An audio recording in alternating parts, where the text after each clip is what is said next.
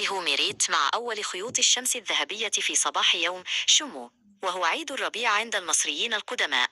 جلس الصغيران فوق حصير من البردي يلونان البيض بألوان زاهية مستخلصة من الزهور والأعشاب.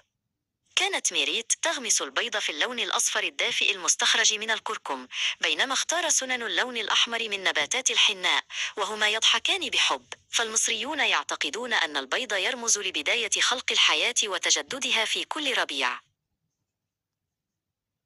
بعد الانتهاء من تلوين البيض، توجهت ميريت لمساعدة والدها حوري في تحضير مائدة الطعام الخاصة بالعيد. أحضر الأب السمك المملح الذي تم تجفيفه وتمليحه بدقة، ووضعه بجانب حزم كبيرة من البصل الأخضر الطازج.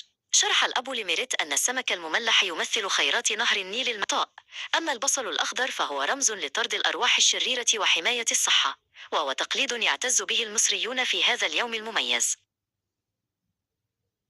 حمل سنن سلة الطعام المنسوجة وانطلق مع والدته نيت نحو الحدائق الغناء المطلة على ضفاف النيل. كانت الأم تسير بوقار، وهي تحمل مظلة رقيقة من الكتان لتحميها من شمس الربيع، بينما كان سنن يقفز فرحا وهو يشاهد تفتح أزهار اللوتس والبردية. كانت المنتزهات تضج بالعائلات التي خرجت لتستمتع بنسيم الربيع العليل، تماما كما اعتاد المصريون أن يفعلوا منذ آلاف السنين للاحتفال بجمال الطبيعة.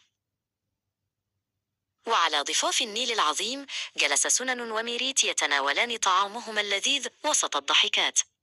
رفع سنن بيضته التي لونها بالأحمر عاليا نحو السماء، وأغمض عينيه متمنيا عاما مليئا بالخير والبركة، بينما كانت ميريت تصفق له بسعادة.